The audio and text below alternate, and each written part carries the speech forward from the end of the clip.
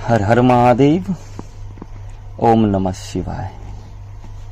मेरी बातें ध्यान से सुनना और पूरी सुनना, ठीक है?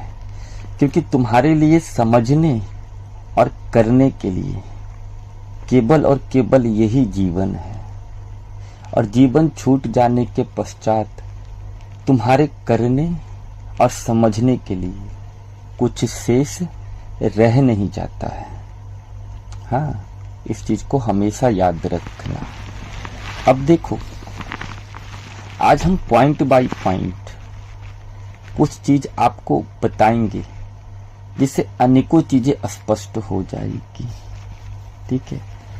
तो हमारा आज का विषय है कि हम स्वयं का अध्ययन करके किस प्रकार से ये जान अथवा समझ सकते हैं कि हमारी योनि किस तरह से निर्धारित होती है। हाँ, या फिर शरीर छूटने के उपरांत व्यक्ति किस प्रकार की योनि को धारण करता है, ठीक है? तो नंबर एक चीज सुने होगे, जैसी मति वैसी ही गति। तो यहां मति का अर्थ होता है चित्त का स्वभाव, व्यक्ति की मनोअवस्था। क्योंकि भौतिक शरीर छूट जाने के पश्चात ये अवस्था, ये तत्व, ये धारणा, वो भावनाएं, वो इच्छाएं, वो विषय, संसार अथवा व्यक्ति के प्रति जो लगाव, किस तरीके का लगाव, ये सारी चीजें सूक्ष्म तत्व के अंतर्गत आ जाती है। तो शरीर छूटने के बाद हमारी ये चीजें रह जाती है और इसका निर्धारण हमारे स्वभाव अथवा मनोअवस्था की कारण बनती है, ठीक है? तो मति का अर्थ तो समझ गए। अब गति देखो, शरीर छूटने के पश्चात हमारी चेतना हमारी मनोअवस्था के अनुसार ही गति करती है, ठीक है? उससे संबंधित योनि अथवा लोक को धारण करती है, ठीक है? अब नंबर 2, आप अपने आप को देखो, परखो, स्वयं का अध्ययन करो, अवलोकन करो और एक निष्कर्ष निकालो कि वर्तमान में आपकी मनोअवस्था, चित्त का स्वभाव, प्रवृत्ति कैसी है। तो ये जैसी है वैसे ही योनि अथवा लोक को धारण करेगी। नंबर 3, अभी एक एग्जाम्पल के तौर पे मैं आपको एक योनि की विवरण संक्षेप में देता हूं। हाँ, जैसे मान करके चलो कि एक प्रेत योनि को हम एग्जाम्पल में लेते हैं।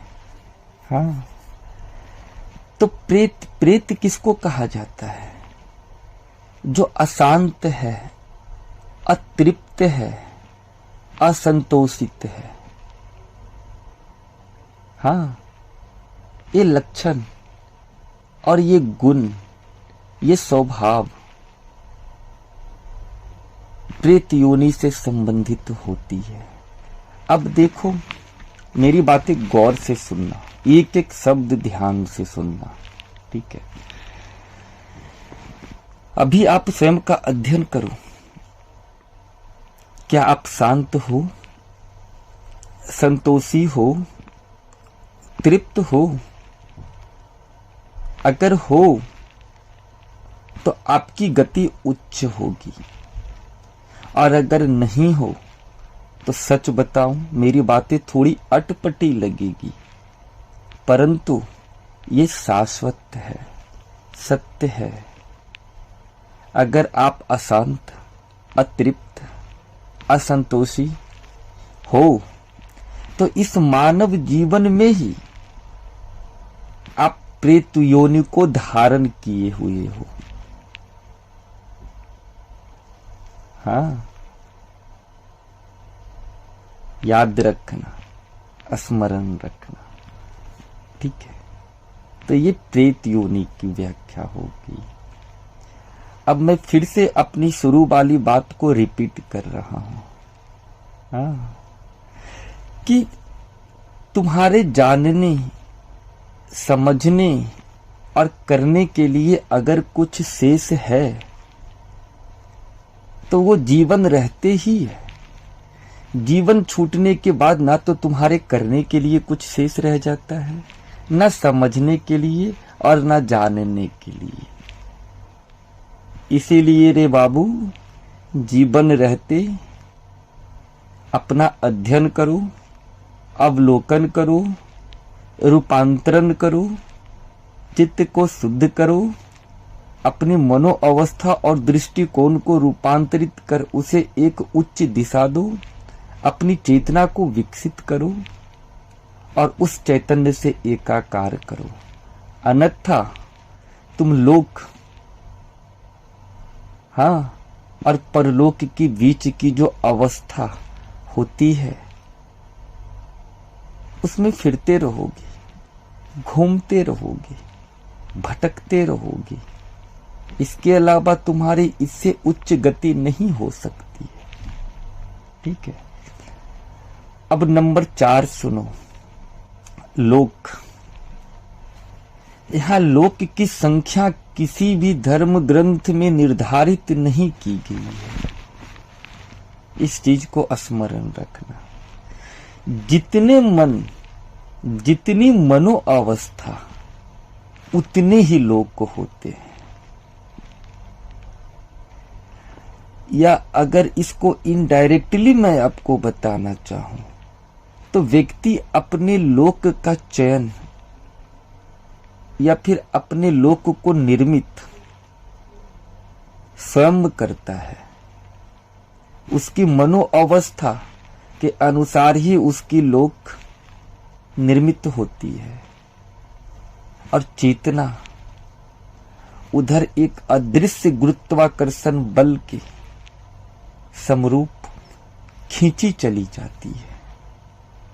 वहां तुम चाह करके भी अपने आप को नियंत्रित नहीं कर सकते हो,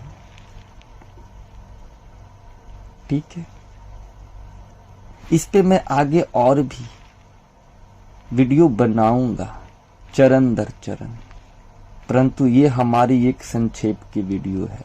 और यही एक वीडियो से आपकी अनेकों भ्रम, तर्क, लोक अथवा योनि से संबंधित जितनी भी संशय है वो समाप्त हो गई होगी। चलो अब मुझे आज्ञा दो। हर हर महादेव। ओम नमः शिवाय।